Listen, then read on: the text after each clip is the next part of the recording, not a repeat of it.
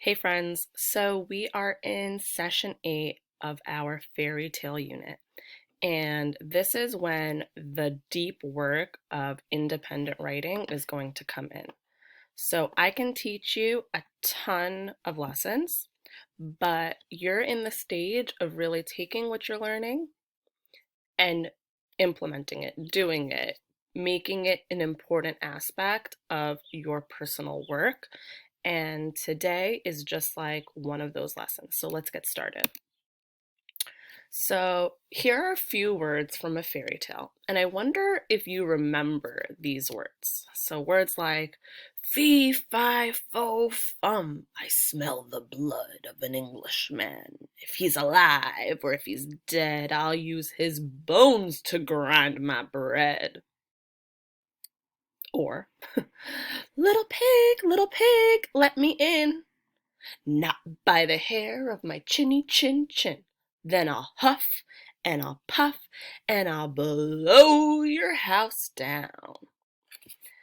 I bet you that one, you probably know which fairy tale that comes from. Or, trip, trap, who's waiting on my bridge? It is I, the littlest Billy Goat Gruff. Or, mirror, mirror on the wall, who's the loveliest teacher of them all?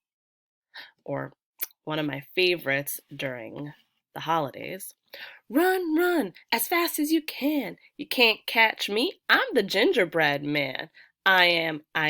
I've run away from a little old woman. I've run away from a little old man. That was silly, but really important to our fairy tales.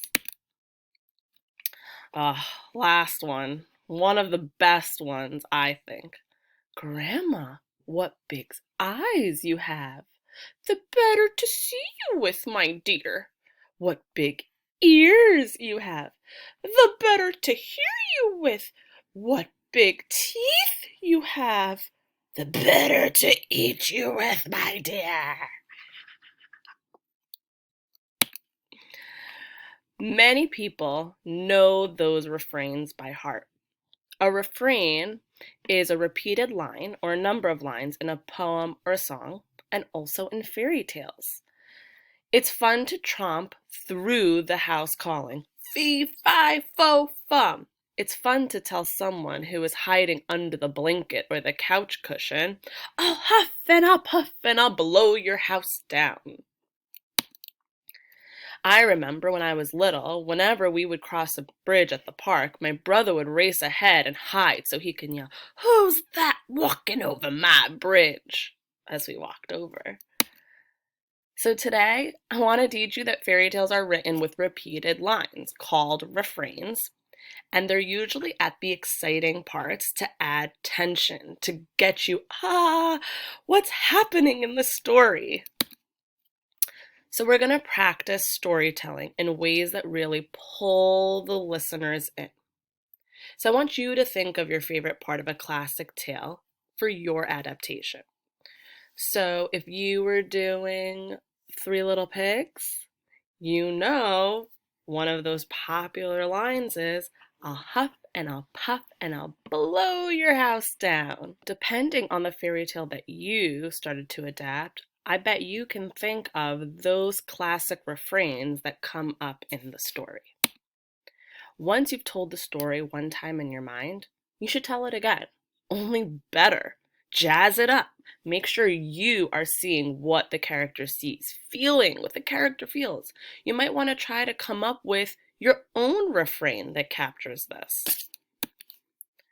So writers, do you see how storytelling and acting out your story, both the classic and your adaptation, can help you create a story that will reach listeners, getting them to see what you want them to see and feel what you want them to feel?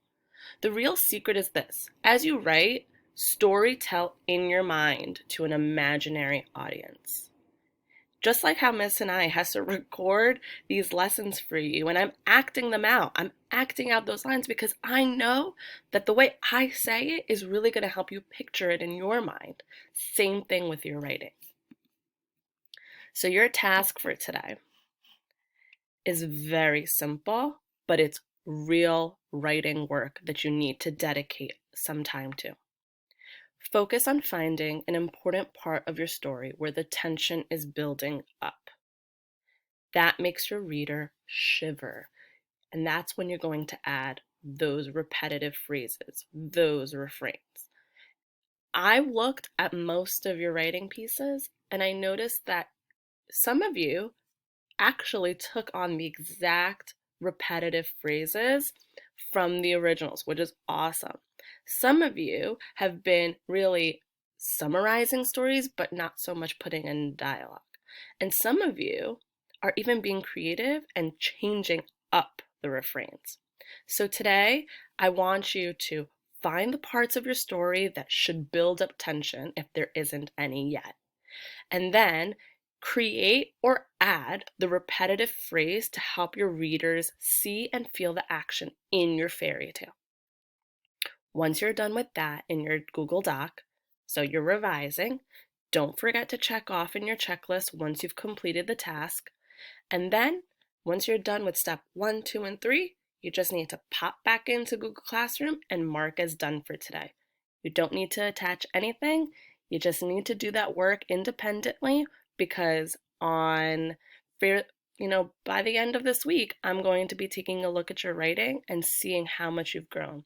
I would say in about a few days. So keep up the great work, and if you need to, always go back and rewatch videos to help you improve your writing. Can't wait to see what happens.